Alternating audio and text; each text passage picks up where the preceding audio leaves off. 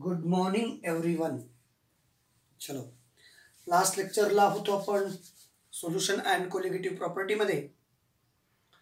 आणि या सोल्युशन आणि कोलिगेटिव्ह प्रॉपर्टीमध्ये आपण लास्ट लेक्चरला पाहिलेलं होतं वेपर प्रेशर ऑफ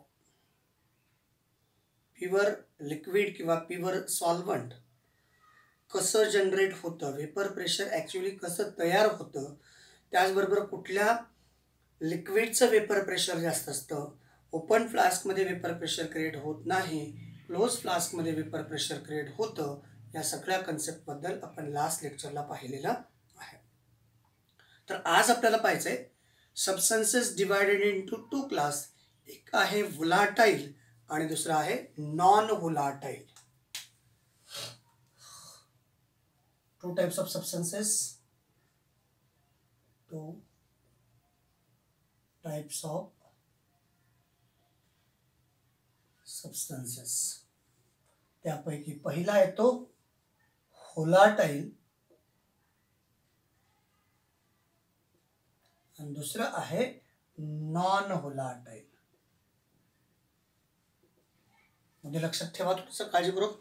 व्होलाटाईल म्हणजे काय? व्होलाटाईल सबस्टन्स ज्याच्यापासून वेपर्स क्रिएट होतात. जो सबस्टन्स असा आहे ज्याच्यापासून वेपर क्रिएट होतात त्याला म्हणायचं व्होलाटाईल सबस्टन्स. आणि हा आहे नॉन व्होलाटाईल सबस्टन्स. ओके, म्हणजे ज्याच्यापासून वेपर क्रिएट होतात तर त्याला म्हणायचं व्होलाटाईल सबस्टन्स. म्हणजे जो जसं की पहा कॅम्फर आहे, कॅम्फर ओपन प्लेसमध्ये ठेवला की त्याच्या वेपर्स क्रिएट होतात आणि मग त्याचं प्रेशर. मग काही असे सबस्टन्सेस आहेत की ज्याला ओपन प्लेसमध्ये ठेवल्यानंतर किंवा एखाद्या भांड्यात ठेवल्यानंतर त्याच्या वेपर्स क्रिएट होत नाहीत. इव्हापरेशन कळते का? जसं पाण्याचं वेपरायझेशन होतं, पाण्याची वाफ होते, अगदी तशा प्रकारे ज्याच्यापासून वेपर्स क्रिएट होतात त्याला व्होलाटाईल सबस्टन्स म्हणायचं. आणि ज्याच्यापासून वेपर होत नाही त्याला म्हणायचं नॉन व्होलाटाईल. मग जो व्होलाटाईल आहे, व्होलाटाईल सबस्टन्स आहेत बघा, त्याचं काय असेल? वेपर प्रेशर असतील की नाही? त्या सबस्टन्सचे वेपर प्रेशर काय असतील? जर नॉन व्होलाटाईल असेल तर वेपर प्रेशर ऑफ प्युअरला आपण काय रिप्रेझेंट केलंय? फक्त त्याच्या डोक्यावरती 0 रिप्रेझेंट करणे म्हणजे P for pressure of pure substance. P for pressure of pure substance. मग कसलं pressure? Vapour pressure of pure substance is not equal to, म्हणजे is equal to 0 for non volatile. बरोबर आहे का? बघा, नॉन व्होलाटाईलच्या वेपर क्रिएट होतील का? होणार नाही. म्हणून त्याच्या प्युअर वेपरच्या काही वेपर प्रेशर मिळतील का? नाही. एक्झाम्पल आहे urea, glucose, sucrose. Urea molecular formula NH2 CO NH2. त्याच्यानंतर ग्लुकोज मॉलिक्युलर फॉर्म्युला C6H12O6 आणि सुक्रोज C12H22O11. तर हे त्यांचे मॉलिक्युलर फॉर्म्युलाच आहेत. आता यांचा आपल्याला मॉलिक्युलर मास सुद्धा रिप्रेझेंट करता येऊ शकतं. लक्षात येते का? बघा, म्हणजे हे नॉन व्होलाटाईल आहेत. नॉन व्होलाटाईल म्हणजे काय? There is a no tendency to evaporate. There is no tendency to evaporate. म्हणजे याची वेपर क्रिएट करण्याची कॅपॅसिटी नसते. अशा सबस्टन्सला नॉन व्होलाटाईल सबस्टन्स म्हणतात, ज्यांची वेपर क्रिएट करण्याची कॅपॅसिटी नसते. म्हणून या ठिकाणी vapour pressure of pure non volatile substance is equal to 0. म्हणजे त्याच्या वेपर क्रिएट होणार नाहीत म्हणून त्याचं काय प्रॉपर्टी, म्हणजे त्याच्या वेपर प्रेशर 0. आता या ठिकाणी यांचे मॉलिक्युलर मास सुद्धा आपल्याला तेवढंच गरजेचं आहे. तर मॉलिक्युलर मास कसं कॅल्क्युलेट करायचं पहा. नायट्रोजनचा ॲटॉमिक मास आहे 14, ऑक्सिजनचा ॲटॉमिक मास आहे 16, त्याचबरोबर हायड्रोजनचा ॲटॉमिक मास आहे काय? हायड्रोजनचा atomic mass 1, nitrogen, hydrogen, oxygen 1 2 3 आणि carbon, carbon is equals to 12. तर आता यावरनं तुम्हाला त्याचं मॉलिक्युलर मास जर कॅल्क्युलेट करायचं झालं तर कार्बन आहे 1 × 12 दॅट इज इक्वल्स टू 12. अशा प्रकारे कॅल्क्युलेट करायचं. एकाचं दाखवतो, बाकीचं तुमचं तुम्ही सॉल्व्ह करायचं आहे. बाकी ॲटॉमिक मासेस दिलेले आहेत किंवा ॲटॉमिक वेट्स आर गिवन आणि कशा प्रकारे कॅल्क्युलेट करतायत पहिलं एक्झाम्पल देतो, दुसऱ्याचे डायरेक्टली मांडतो, तुम्ही मात्र ते सॉल्व्ह करायचे आहेत. कार्बन या कंपाऊंडमध्ये कार्बन एकच आहे, त्याचबरोबर ऑक्सिजन सुद्धा एक आहे. Oxygen is equals to 1 × 16 that is equal to 16. त्याच्यानंतर नायट्रोजन आहे 2, नायट्रोजन इज इक्वल्स टू 2 × 14, 14 2 जा 28 आणि हायड्रोजन आहे ते 4. So H is equals to 4 × 1 therefore it is a 0.4 and total addition is to be 60. तर अशा प्रकारे याचं मॉलिक्युलर मास येतं 60, याचं येतं 180 आणि याचं येतं 342. These are the molecular masses of urea, glucose and sucrose. Clear होते का बघा. म्हणजे बेसिकली काय, जे सबस्टन्सेस आहेत जे सोल्युशनमध्ये असतात, सोल्युशनमध्ये कमीत कमी 2 कंपोनंट. सोल्युशन म्हटलं की आपण बायनरी, या टॉपिकमध्ये आपण बायनरी सोल्युशनचा विचार करणार आहोत. In binary solution there are the 2 component, both are volatile or both are volatile, that time to produce the both volatile substances having a vapor pressure. One is to be volatile, another one is to be non-volatile. That time also produce the vapor pressure of solution of the volatile substance. And both are non-volatile, there is a no vapor pressure. लक्षात येते बघा. म्हणजे जर समजा एखादा substance volatile असेल तर त्याच्या वेपर्स तयार होतील, बरोबर ना. त्याच्यानंतर जर नॉन व्होलाटाईल असेल तर त्याच्या वेपर होणारच नाही. म्हणून आपण लिहिलंय नॉन व्होलाटाईल सबस्टन्स तर त्याच्या वेपर प्रेशर अब्सेंट म्हणजे 0 आहे. मग दुसरा आहे व्होलाटाईल सबस्टन्स, त्याच्या मात्र 0 नसणार. Vapour pressure of pure volatile substance is not equal to 0. 0 नाही आहे म्हणजे त्याच्या वेपर होणार आहेत. किती होणार आहेत माहिती नाही आहे, किती होणार आहेत हे माहिती नाही, पण होणाऱ्या आहेत. तर पुढचं जे त्याच्यामध्ये एक्झाम्पल दिलेत, वॉटर आहे, वॉटर, त्याच्यानंतर मिथॅनॉल म्हणजेच मिथिल अल्कोहोल, त्याच्यानंतर इथेनॉल, त्याच्यानंतर बेन्झीन, त्याच्यानंतर टोलिन. तर हे सगळे व्होलाटाईल आहेत. आता याचा मॉलिक्युलर फॉर्म्युला माहिती आहे H2O, याचा मॉलिक्युलर फॉर्म्युला CH3OH, याचा मॉलिक्युलर फॉर्म्युला C2H5OH, याचा मॉलिक्युलर फॉर्म्युला C6H6, बेन्झीन आहे C6H6 आणि याचा आहे C6H5CH3. So these are the volatile आणि नॉन व्होलाटाईल सबस्टन्सेस. म्हणजे ज्या व्होलाटाईल सबस्टन्स आहे त्याच्या वेपर प्रेशर जनरेट होतात, जो नॉन व्होलाटाईल आहे त्याच्या वेपर क्रिएट होत नाहीत. ज्या सबस्टन्सच्या वेपर फक्त जर तुम्ही ज्याचं ऑब्झर्वेशन करता आहात, only we see that volatile substance, तर त्या कंडिशनसाठी किंवा त्याच्यासाठी आपण काय म्हणतो, वेपर प्रेशर ऑफ प्युअर, म्हणजे याच्यापैकी फक्त वॉटर असेल तर vapour pressure of pure water, that means P0 of water, P0 of water, जे काही वेपर प्रेशर असतील त्या. त्याचबरोबर vapour pressure only that one, this one is a volatile substance in the solution.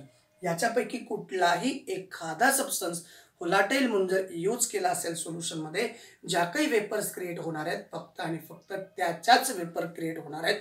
आणि जर प्युअर सबस्टन्सचा वेपर असेल तर त्याला आपण अशा प्रकारे रिप्रेझेंट करत असतो. आलं कितीपर्यंत सगळे? काही शंका आहे का बघा. आता आपल्याला काय पाहायचं माहितीये का, वेपर प्रेशर ऑफ सोल्युशन. आता सोल्युशन म्हणजे काय तुम्हाला माहितीये का सगळ्यांना? सोल्युशन म्हणजे काय आहे? वेपर प्रेशर ऑफ सोल्युशन आपल्याला बघायचं. या ठिकाणी आपण तो मुद्दा घेऊयात, म्हणजे तुमच्याही कन्सेप्ट तिकडे बाजूला जे काही लिहिलेलं आहे त्याचा काही आधार आपल्याला इकडं घेता येऊ शकतो. इथं पाहूयात vapour pressure of solution. Vapour pressure of solution आता सोल्युशनच्या वेपर प्रेशर आहे, सोल्युशनच्या वेपर प्रेशर बघायचंय. मग या सोल्युशनमध्ये बेसिकली सोल्युशन म्हणजे नेमकं काय आहे? सोल्युशन काय आहे तुम्हाला माहिती आहे ना? What is mean by solution? Solution म्हणजे there are the two or more component, two or more substances in a single form किंवा होमोजिनियस फॉर्म, त्याला आपण सोल्युशन म्हणतो. किंवा it is a homogeneous mixture of two substances, minimum two substances are required to form the solution. म्हणजे दोन substance तरी आपल्याला compulsory लागणार आहेत सोल्युशन प्रिपेअर्ड करण्यासाठी. मग आता आपल्याला वेपर प्रेशर ज्या सोल्युशनच्या बघायच्यात, ते वेपर प्रेशर नेमकं कुठल्या सोल्युशनचा? एकतर व्होलाटाईल सबस्टन्सेस आहेत का, किंवा व्होलाटाईल नॉन व्होलाटाईल आहेत.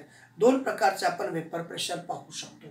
दोन प्रकारच्या वेपर प्रेशर म्हणजे दोन प्रकारच्या सबस्टन्सेस ॲड करून आपण त्याचे वेपर प्रेशर काउंटिंग करू शकतो. फॉर एक्झाम्पल पहा. समजा एकामध्ये वॉटर टाकला, त्याच्यात युरिया डिझॉल्व्ह केला. मग एक काय झाला? व्होलाटाईल. दुसरा काय झाला? Non volatile. मग हे युरिया वॉटरमध्ये डिझॉल्व्ह होतो की नाही होतो. तर युरिया जर वॉटरमध्ये डिझॉल्व्ह होत असेल तर ते काय तयार झालं? सोल्युशन. पण सोल्युशनमध्ये आपण युरियाचं प्रमाण कमी घेणार आहोत, वॉटरचं प्रमाण जास्त घेणार आहोत. म्हणजे अशा प्रकारचं सोल्युशन कंटेनिंग नॉन व्होलाटाईल की volatile? Non volatile solute. This one is a non volatile solute. आणि आता मुद्दा लक्षात आला का बघा? वॉटर जास्त प्रमाण, water is a solvent, urea is a solute. तर vapour pressure of solution containing non volatile solute, या दोघांच्या मिक्सचरला आपण सोल्युशन म्हणणार. पण त्याच्यामध्ये सोल्यूट कसा आहे? Non volatile. तर अशा प्रकारांवरती राऊट्स लॉने वेगवेगळ्या कन्सेप्ट एक्सप्रेस केलेल्या आहेत. लक्षात येते का बघा? अशा प्रकारे राऊट्स लॉने वेगवेगळ्या कन्सेप्ट रिप्रेझेंट केलेल्या आहेत. तर त्या बाबतीत आपण थोडंसं चर्चा करणार आहोत. तर वेपर प्रेशर आहे आपल्याला बघायचं आहे सोल्युशनचं, पण त्या सोल्युशनमध्ये जे कंपोनंट आहेत दोनही व्होलाटाईल लिक्विड आहेत. Vapour pressure of solution having volatile liquid,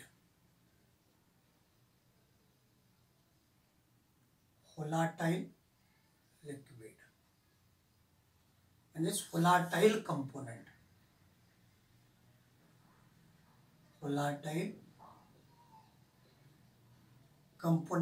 म्हणजे काय आहे? सोल्यूट हा व्होलाटाईल आणि सॉल्व्हंट हा सुद्धा व्होलाटाईल. लक्षात आलं का? सोल्यूट कसा आहे? व्होलाटाईल आहे आणि सॉल्व्हंट सुद्धा व्होलाटाईल आहे. लक्षात आलं का बघा? सोल्यूट कसा? व्होलाटाईल. मग आपण काय पाहतोय? वेपर प्रेशर कोणाचं? सोल्युशनचं, ज्याच्यामध्ये व्होलाटाईल लिक्विड आहे. मग त्याच्यामध्ये पुन्हा मेन्शन केलं, जे सोल्युशन प्रिपेअर्ड केलेलं आहे, व्होलाटाईल सोल्युशन आपण जे प्रिपेअर्ड केलेलं आहे किंवा जे सोल्युशन आहे त्याच्या वेपर प्रेशर आपण पाहायला मिळणार आहेत किंवा आपण ऑब्झर्व करणार आहोत. त्याच्यामध्ये जे कंपोनंट्स आहेत, it is a binary mixture. आपण या टॉपिकमध्ये फक्त आणि फक्त बायनरी सोल्युशनबद्दलच चर्चा करणार आहोत. मग हे जर सोल्युशन बायनरी असेल तर मग याच्यामध्ये एक सोल्यूट आणि एक सॉल्व्हंट असला पाहिजे. मग सोल्यूटची कंडिशन काय आहे? सॉल्व्हंटची कंडिशन काय आहे? सोल्यूट कसा सांगितलाय? व्होलाटाईल. आणि सॉल्व्हंट सुद्धा कसा सांगितलाय? व्होलाटाईल. आणि दोनही लिक्विड स्टेटमध्ये आहेत. म्हणजे आपण तसं बेसिकली 9 टाइप्स ऑफ सोल्युशन बघितलेले होते. आठवते का बघा? There are actually 9 type of solution we have already seen. कोणते 9 टाइप्स ऑफ सोल्युशन आहेत बघा? Solid in solid, liquid in solid, gas in solid, this 3. त्याचबरोबर solid in liquid, liquid in liquid, gas in liquid, this 3. त्याच्यानंतर solid in gas, liquid in gas, gas in gas, this 3. तर अशा प्रकारचे आपण solution बघितलेले आहेत. These are the 9 types of solution. मग आपण काहीही कन्सिडर करू शकतो. सॉलिड असू शकतो, सॉलिड लिक्विड असू शकतो. पण या ठिकाणी आपण कन्सिडर केलेलं आहे दोनही लिक्विड स्टेटमध्ये आहेत, दोनही व्होलाटाईल, सोल्यूट व्होलाटाईल आहे आणि सॉल्व्हंट सुद्धा व्होलाटाईल आहे. लक्षात आलं? सोल्यूट व्होलाटाईल आहे, सॉल्व्हंट व्होलाटाईल आहे. मग आपण काय म्हणतो, जो सोल्यूट आहे त्याच्या ज्या वेपर्स क्रिएट होणार. पहा या ठिकाणी आपण तसं डायग्राम काढू. या ठिकाणी आपण एक सबस्टन्स घेतला, या ठिकाणी एक सबस्टन्स घेतलेला आहे, क्लोज फ्लास्क आहे. लक्षात घ्या, कारण क्लोज फ्लास्क मध्ये आपण लास्ट लेक्चरला पाहिलंय, if we observe the vapour pressure so flask is close. जर तुम्हाला वेपर प्रेशर ऑब्झर्व करायचं असेल तर फ्लास्क कसा असला पाहिजे, क्लोज असला पाहिजे. याच्यामध्ये आपण घेतला सोल्यूट, त्याला म्हटलं ए, इट इज ए. हा आहे सोल्यूट. ओके, हा काय आहे, सोल्यूट आहे, प्युअर लिक्विड फॉर्म मध्ये आहे सोल्यूट. त्याच्यानंतर इकडं घेतला आपण बी, बी घेतला, हा पण सॉल्व्हंट आहे असं आपण म्हणू, हा पण प्युअर फॉर्म मध्ये आहे. लक्षात आलं बघा, हा ए आहे सोल्यूट, हा सॉल्व्हंट आहे. थोडंसं याचं म्हणजे तुम्हाला कळायला पाहिजे, कारण हा सर लई जास्त झाला, तो कमी झाला असं वाटायला नको, म्हणून याचं प्रमाण आपण कमी केलं. It is a pure A and this one is a pure B. मग आता याच्या वेपर्स क्रिएट होतील, याच्या वेपर्स क्रिएट होतील की नाही, because these are the volatile. So यांच्या वेपर प्रेशरला P0 of A, that is a pure vapour pressure of A. हा लिक्विड कसा आहे, प्युअर लिक्विड आहे, पण त्याच्या ज्या वेपर प्रेशर ह्या सध्या प्युअर फॉर्म मध्येच आहेत. मग इकडं सुद्धा याच्या सुद्धा वेपर प्रेशर क्रिएट होतील.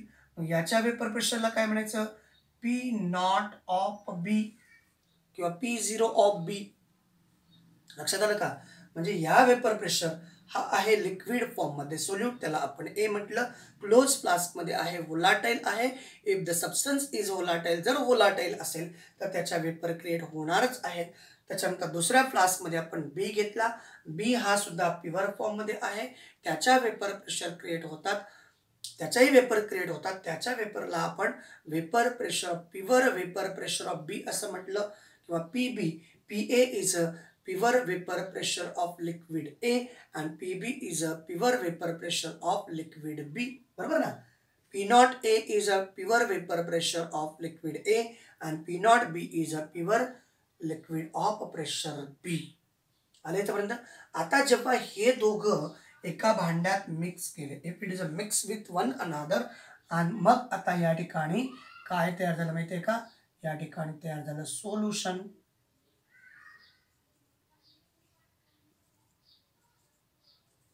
म्हणजे इथं ए पण आहे आणि बी पण आहे. म्हणजे या ठिकाणी दोघांच्या P0 ऑफ ए आणि P0 ऑफ बी, म्हणजे या ठिकाणी दोघांच्या वेपर प्रेशर म्हणजे वेपर्स आहेत. एच्या पण वेपर्स आहेत आणि बीच्या पण वेपर्स आहेत. लक्षात आलं का? एच्या पण वेपर्स आहेत आणि बीच्या पण वेपर्स आहेत. मग हे एक्सप्रेस कसं केले जातं, तर हे एक्सप्रेस करण्याचं कंडिशन आहे, partial vapour pressure of A is a directly proportional to mole fraction of A. लक्षात आलं का? कंडिशन लक्षात आली बघा, partial vapour pressure of A is directly proportional to mole fraction of A and partial vapor pressure of B is directly proportional to mole fraction of B. उदा लक्षात आला, mole fraction of A plus mole fraction of B is exactly equals to एक solute एक solvent, दोघांचं answer काय येतं, 1 येतं. मग याच्यावरनं ही जी सर्व कंडिशन्स आहेत या राउल्स लॉशी रिलेटेड कंडिशन्स आहेत. मग राउल्स लॉ काय सांगतो, इन सोल्युशन हे जे सोल्युशन आहे, the partial vapour pressure of each component in a solution, जे काही प्रेशर पडणार आहे, partial vapour pressure of each component of solution is a partial vapour pressure of each component of solution is directly proportional to mole fraction, is directly proportional to mole fraction of that component. असा Raoult's law आहे. In solution partial vapour pressure of a component partial vapor pressure of a component in solution is directly proportional to partial vapor pressure. दोन component आहेत की नाही, त्याच्यामध्ये दोन component आहेत A आणि B. Partial vapour pressure of एका कंपोनंटचं जेवढं पार्शियल प्रेशर असतं that is directly proportional to mole fraction of that component. अगदी मग दुसऱ्यासाठी मग इथं किती कंपोनंट आहेत, दोन. पार्शियल प्रेशर वेपर प्रेशर पहिल्या कंपोनंटचं is directly proportional to mole fraction of component A. Partial vapour pressure of B is directly proportional to mole fraction of component B. लक्षात आलं इथपर्यंत सगळे. मग आता तुम्हाला एक्स ए काय आहे, एक्सला काय म्हणता तुम्ही, झीटा. काय x A, x A is अ मोल फ्रॅक्शन कोणाचे, ए चे. आणि एक्स बी काय आहे, मोल फ्रॅक्शन कोणाचे, बी चे. मग यासाठी जर मोल फ्रॅक्शन काढायचं आहे, X of A is equals to N of A upon N of A plus N B. Number of moles of A upon number of moles of A plus number of moles of B. आणि mole fraction of B is equals to number of moles of B upon number of moles of B plus number of moles of A. लक्षात आलं बघा, लक्षात आलं का, clear. शंका आहे, हा मोल फ्रॅक्शन कॅल्क्युलेट करण्याचा फॉर्म्युला आहे. मोल फ्रॅक्शन कॅल्क्युलेट करण्यासाठीचा जो फॉर्म्युला दिलेला आहे, number of moles of A upon number of moles of B plus number of moles of A. म्हणजे मोल फ्रॅक्शन जर कॅल्क्युलेट करायचं असेल तर number of moles of solute upon number of moles of solution, किंवा म्हणजे दोन वेगवेगळ्या condition किंवा दोन वेगवेगळ्या कंपोनंटसाठी आपण मोल फ्रॅक्शन कॅल्क्युलेट केलेला आहे. आले इथपर्यंत सगळे. आता थोडंसं आपण पुढे जाऊयात, थोडंसं पुढे जाणार आहोत. तर बघा, आपण फॉर्म्युला म्हणला partial vapour pressure of A is directly proportional to mole fraction of A. कारण या ठिकाणी दोन कंपोनंट आहेत ना, मग एकाचं पार्शियल प्रेशर त्याच्या मोल फ्रॅक्शनवरती डिपेंड आहे, दुसऱ्याचं पार्शियल. म्हणजे इकडं पार्शियल वेपर प्रेशर जसं जसं वाढतील तसं तसं त्याचे मोल फ्रॅक्शन, म्हणजे जसं जसं मोल फ्रॅक्शन वाढतील तसं तसं त्याचं पार्शियल वेपर प्रेशर इन्क्रीज होतं. मग आता आपण असं कन्सिडर, समजा याला मी इकडे पुढे कंटिन्यू करतो. Partial vapour pressure of A is directly proportional to mole fraction of A. हे प्रोपोर्शनॅलिटी साइन जर आपण काढून टाकलं, partial pressure of A is equal to K into mole fraction of A. It is not a multiplication किंवा it is not a X, this one is a zeta. Okay, हा काय आहे, zeta. त्याचबरोबर आपण असंही शिकलेलो आहोत, मोल fraction of solute plus mole fraction of solvent is equals 1. बरोबर ना, मोल फ्रॅक्शन ऑफ सोल्यूट. मग आता आपण काय करणार आहोत, या ठिकाणी के ची जर व्हॅल्यू काढायची ठरली, के ची व्हॅल्यू काढायची ठरली तर कसं कॅल्क्युलेट करतात. समजा आपण असं कन्सिडर करूयात, कन्सिडर द पिव्हर म्हणजे partial vapour pressure of A चा जर विचार करत असाल, partial vapour pressure of A चा जर विचार करत असू आपण, if we consider the partial vapour pressure of A, let us consider partial vapour pressure of A. या ठिकाणी काय असेल, partial vapour pressure of B is equal to 0. Partial vapour pressure of B is equal to 0 म्हणजेच mole fraction of B is equal to 0. आणि mole fraction of B is equal to 0 जर आपण असं ठेवलं तर या ठिकाणी mole fraction of B is equal to जर 0 ठेवलं तर इकडं काय ते बघा, mole fraction of A plus mole fraction of B is equal to 0 is equals to 1. तर mole fraction of A is equals to 1 येतं. क्लिअर ना. मग आता आपण या ठिकाणी ठेवूयात partial vapour pressure of A is equal to K आणि mole fraction of A is equals to 1. म्हणजे पार्शियल वेपर प्रेशर काय आलं, या ठिकाणी 1 आलं. मग आता आपण याला प्युअर वेपर प्रेशर मध्ये कन्वर्ट करूयात. हे पार्शियल साठी कॅल्क्युलेट केलं, आता प्युअर मध्ये कन्वर्ट करूयात. जो पार्शियल वेपर प्रेशर आहे त्या सोल्युशनचं जे काही पार्शियल वेपर प्रेशर आहे ते पार्शियल वेपर प्रेशर त्याच सोल्यूटचं किंवा त्याच सॉल्व्हंटचं प्युअर वेपर प्रेशर असतं. म्हणजे आपण याला असंही मानू शकतो, pure vapour pressure of A is equals to K. बरोबर ना? Pure vapour pressure of A is equal to K. मग आता काय केलं आपण या ठिकाणी, partial vapour pressure is equal to pure vapour pressure into XA म्हणजेच मोल फ्रॅक्शन. आता तुम्ही काळजीपूर्वक पहा, पार्शियल वेपर प्रेशरसाठी काय म्हणलं आपण formula, partial vapour pressure is equal to K into zeta. Zeta जसा तसा के ची व्हॅल्यू काय आहे, के ची value partial vapour pressure of A. मुद्दा लक्षात आला बघा, के ची व्हॅल्यू काय आहे, के ची व्हॅल्यू काय आली पहा, इथं काढलेली आहे. के ची व्हॅल्यू पार्शियल वेपर प्रेशर, के ची व्हॅल्यू काढलेली आहे vapour pressure of pure solvent. therefore this equation we have seen. लक्षात आले का बघा. आपण या ठिकाणी काय कन्सिडर केलेलं आहे, म्हणजे इथं काय म्हटलंय, जेव्हा हे दोन वोलाटाईल सोल्यूट आणि सॉल्व्हंट मिक्स केल्यानंतर पार्शियल वेपर प्रेशर त्याचं जे तयार होतं वेपर प्रेशर, त्याला आपण पार्शियल वेपर प्रेशर असं कन्सिडर केलं.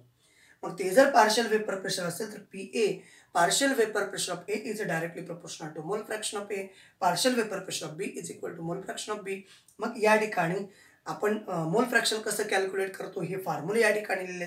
त्याचबरोबर mole fraction of solute plus mole fraction of किंवा mole fraction of A plus mole fraction of B is equal to 1. आपण जर प्युअर फक्त पार्शियल वेपर प्रेशर आपण एच बाबतीत, म्हणजे त्या ठिकाणी बी ॲब्सेंट आहे, तर बी चे मोल आपण काय घेतलं 0. Mole fraction of A is equal to 1. आपण इकडे सध्या ए साठीच एकासाठीच कॅल्क्युलेट करतोय, म्हणजेच इनडायरेक्टली दुसऱ्यासाठी सुद्धा असंच येईल. मग हे बघा, partial vapour pressure of A is directly proportional to XA म्हणजे zeta A, not for XA, mole fraction of A. मग हा प्रोपोर्शनॅलिटी साइन काढून या ठिकाणी कॉन्स्टंट ठेवला. के ची व्हॅल्यू काढायची आहे, के ची व्हॅल्यू काढायची, पण आपण XA ची व्हॅल्यू इथं पहा, कारण बी ॲब्सेंट आहे, म्हणजे झीटा ए ची व्हॅल्यू काय आली 1 आली. झीटा ए च्या ठिकाणी आपण व्हॅल्यू 1 ठेवली. Partial vapour pressure of A is equal to constant. हे जे पार्शियल वेपर प्रेशर कोणाचे असतात, त्या प्युअर सॉल्व्हंटचे, म्हणजेच प्युअर सॉल्व्हंटच्या vapour pressure of pure solvent is also is equal to K. मग आता ही व्हॅल्यू आपण या इक्वेशनमध्ये ठेवलं, K is equal to P0. So PA partial vapour pressure of A is equal to partial vapour pressure of pure A into mole fraction. लक्षात आले बघा. थोडंसं कन्फ्युजेबल आहे, पण लक्षात येणं गरजेचं आहे. अलग लक्षात सगळ्यांना काळजीपूर्वक पहा, नक्की पहा. चला, सगळ्यांनी सिस्टमॅटिक पाहिलं का? मुद्दा परत एकच पहा. XA ची व्हॅल्यू काय घेतली आपण, हा काढून टाकला की XA ची व्हॅल्यू काय घेतली 1. का बरं? कारण बी मोल फ्रॅक्शन ऑफ B 0 आहे, म्हणून मोल फ्रॅक्शन ऑफ A हा 1 आला. मग याच्या ठिकाणी 1 ठेवलं, इथं के जसं तसं हे येतं. आता ह्या वेपर प्रेशर कोणाच्या आहेत, पार्शियल वेपर प्रेशर कोणाच्या आहेत, प्युअर, जो कुठला प्युअर आहे एच्या आहेत ना, तर मग त्याच्या ज्या वेपर्स आहेत त्याच वेपर म्हणजे एच्या आहेत. म्हणजे हे इक्वेशन आपण ॲज इट इज ठेवलं. आता काय केलेलं आहे माहिती आहे का, या इक्वेशनमध्ये ही व्हॅल्यू पुट अप केलेली आहे. क्लिअर? केच्या जागेवर P as it is, K is equal to P not of A हा XA. मग अगदी तशाच प्रकारे जर बी साठी मांडायला गेलं, partial vapour pressure of B is equal to pure vapour pressure of B into mole fraction of B. आणि मग आपण टोटल वेपर प्रेशर ऑफ, जर सोल्युशनचं बघितलं according to the Dalton's law, total partial प्रेशरचा जर विचार केला तर partial pressure of A plus partial pressure of B, that is Dalton's law. Dalton's law काय सांगतो, Dalton's law total pressure in the particular area, जे काही गॅसेस असतील तर त्या सगळ्यांचं प्रेशर त्या ठिकाणी अप्लाय होतं. मग total partial pressure is equal to P not of A XA plus P not of pxb. So that is a Raoult's law for volatile solute. It is the Raoult's law for volatile solute. कळलं सगळ्यांना? It is a Raoult's law for volatile solute. मग हा जो आहे हा Raoult's law, basically Raoult's law इथंच येतो.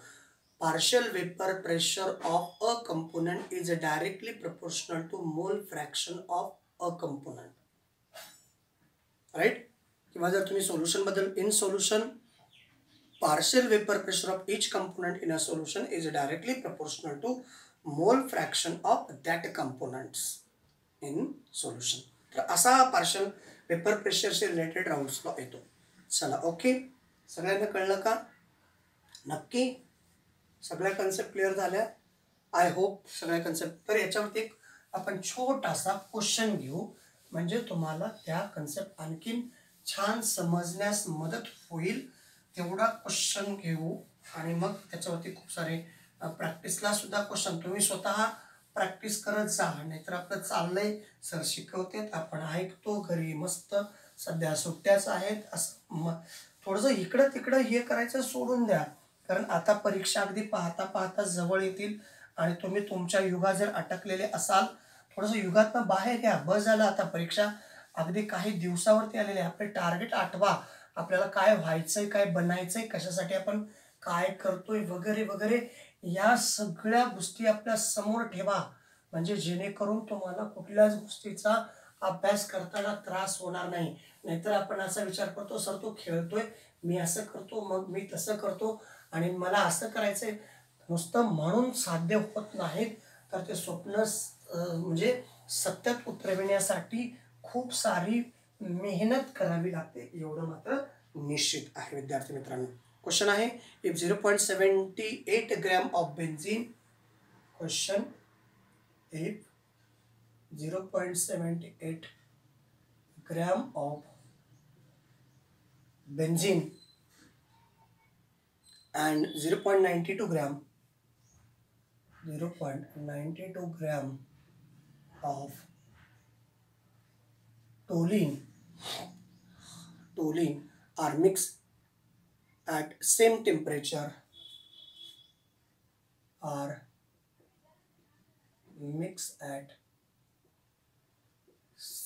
temperature, find काय काय काढायचं बघा. Find partial pressure of benzene and toluene, find a partial pressure of benzene and toluene आणि बी आहे टोटल वेपर प्रेशर. तर आता पहिला बेन्झीनचा मॉलिक्युलर फॉर्म्युला आहे तो C6H6, टोलिनचा आहे C6H5 and CH3. याचं मॉलिक्युलर मास आता तुम्हाला कॅल्क्युलेट करायला सांगितलं होतं. मॉलिक्युलर मास याचं येते 70, याचं येते 92. कॅल्क्युलेट करा, कारण आता तुम्हाला कसं कॅल्क्युलेट करायचं दाखवलेलं आहे. याच्यामध्ये दिलेलं आहे pure vapor pressure of benzene is equal to 400 millimeter of Hg, and pure vapor pressure of toluene is equal to 200 millimeter of mercury. एवढं तुमच्याकडं दिलेलं आहे ॲट गिवन टेम्परेचर, हे दिलेलं आहे.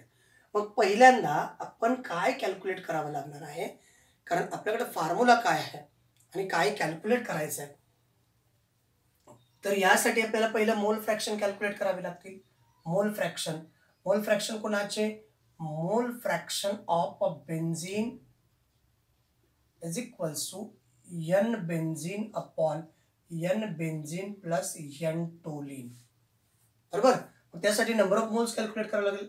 n benzene is equals to W upon m W आहे 0.72, molecular mass आहे 72, number of moles of benzene is equal to 0.01. त्याचबरोबर number of moles of toluene is equal to W upon M.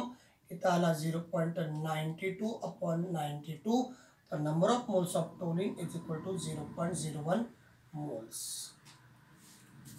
हे moles calculate केले आपण. आता काय calculate करते त्याचे value. Mole fraction of benzene is equal to B लिहिलंय फक्त या ठिकाणी 0.01 अपॉन 0.01 प्लस 0.01 म्हणजे that is equal to 0.01 upon 0.02 म्हणजे that is equal to 1/2. Okay. काय आला एक्स बी आला 1/2. एक्स बी नाही आहे झिटा बी. झिटा बी म्हणजे काय मोल फ्रॅक्शन ऑफ बेन्झीन आला. मग तशाच प्रकारे मोल फ्रॅक्शन ऑफ टोलिन काढायचं. Mole fraction of toluene is equals to काय आहे n of toluene upon n of toluene plus n of benzene, number of moles of benzene. याही ठिकाणी काय 0.01 अपॉन 0.01 प्लस 0.01 म्हणजेच याचंही आन्सर 1/2 येतं. आले इथपर्यंत. आता काय केलंय मोल फ्रॅक्शन काढले. काय पाहिजे partial pressure of benzene. Partial pressure of benzene is equal to pure pressure of benzene into mole fraction of benzene. Clear. मग partial pressure of benzene is equal to pure vapour pressure of benzene किती दिलंय 400 into mole fraction of benzene is 1/2. So partial pressure of benzene is equals to 200 millimeter of Hg. हे झालं बेन्झीनचं partial pressure. आता partial pressure of toluene काढायचंय.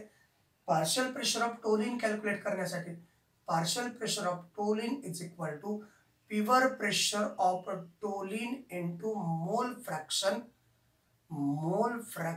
Of toluene. या ठिकाणी partial pressure of toluene is equal to mole fraction pure vapour pressure of toluene and mole fraction of toluene. So it is 100. Partial vapour pressure of toluene is equal to 100 millimetre mercury. हेच तुम्ही partial vapour pressure of toluene आणि benzene यांचं calculate केलेलं आहे.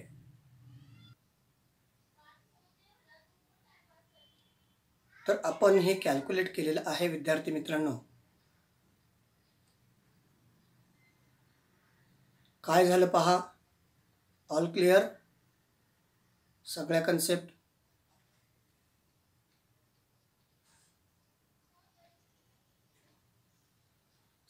Clear झाल्या का पहा. चला पुढे जाऊयात. मग आता काय कॅल्क्युलेट करायचं आपल्याला टोटल पार्शियल प्रेशर. पहिलं कोणाचं कॅल्क्युलेट केलं पार्शियल प्रेशर आपण कॅल्क्युलेट केलेलं आहे बेन्झीनचं. त्याच्यानंतर पार्शियल प्रेशर कॅल्क्युलेट केलं टोलिनचं. आता आपल्याला टोटल पार्शियल प्रेशर कॅल्क्युलेट करायचं. Partial pressure total is equal to partial pressure benzene plus partial pressure टोलिनचं. बरोबर ना. हे टोलिन आहे. हा टी फॉर नॉट टोटल, हा टोलिन. मग total partial pressure is equal to partial pressure of benzene is 2, partial pressure of toluene is 100. So total partial pressure is equal to 300 millimeter mercury. Clear. बघा basically तुम्हाला काय calculate करायचं होतं. Weight दिलेला आहे दोघांचं. 2 व्होलाटाईल सबस्टन्सेस आहेत, mix केलेत. त्यांचं आपल्याला मॉलिक्युलर वेट माहिती पाहिजे. मॉलिक्युलर वेट मी तुम्हाला कसं कॅल्क्युलेट करायचं याच्या अगोदर दाखवलेलं आहे. त्यामुळे मी डायरेक्टली याचं 78 आहे, याचं 92 आहे. या दोघांचं number of moles of benzene calculate केले 0.01, number of moles of toluene calculate केले 0.01 मोल. मोल fraction of benzene, number of moles of solute plus number of moles of solution म्हणजे दोघांचं ॲडिशन करायचं. या 2 मोल्सची ॲडिशन बेसला. वरती फक्त ज्याचे तुम्ही मोल्स कॅल्क्युलेट करणार आहात ते वरती, बाकी दोघांच्या मोल्सची ॲडिशन बेसला. मग इथं बेन्झीनचे मोल अपॉन टोटल मोल. इथं काय बेन्झीनचे मोल अपॉन टोटल मोल 1/2 आणि 1/2 असं जर ॲडिशन केलं तर आन्सर 1 येतं. मग आता आपल्याला मोल फ्रॅक्शन मिळाले. मग आपला फॉर्म्युला काय according to the Raoult's law. partial pressure of benzene is equal to pure vapor pressure of benzene into mole fraction. Pure vapor pressure of benzene into mole fraction. Pure vapor pressure of benzene तिकडे दिलेलं आहे 400, मोल fraction दिलंय 1/2. हे दोघं calculate केले, partial vapour pressure of benzene आलं. अगदी तशाच प्रकारचं टोलिनचं कॅल्क्युलेट केलं. Partial vapour pressure of toluene is equal to pure vapour pressure of toluene into mole fraction of toluene. Mole fraction आहे 1/2. Pure vapour pressure of toluene आपल्याला दिलेलं आहे 200, इथं आलं 100. टोटल प्रेशर काढायचं आहे, कारण हे जेव्हा मिक्स करू आपण त्यावेळेस टोटल प्रेशर काढायचं आहे. That is a total pressure. Partial vapour pressure of benzene plus partial vapour pressure of toluene, दोघांचं addition 300 millimetre of mercury. Clear झालं? All clear? काही शंका आहे? ठीक आहे. चला, या कन्सेप्ट आपल्याला क्लिअर झाल्या असतील अशी अपेक्षा ठेवून हा पॉईंट आपण याच ठिकाणी स्टॉप करूयात. तुर्तास या व्हिडिओमध्ये आपण इथे थांबूयात. थँक्यू. Thanks a lot.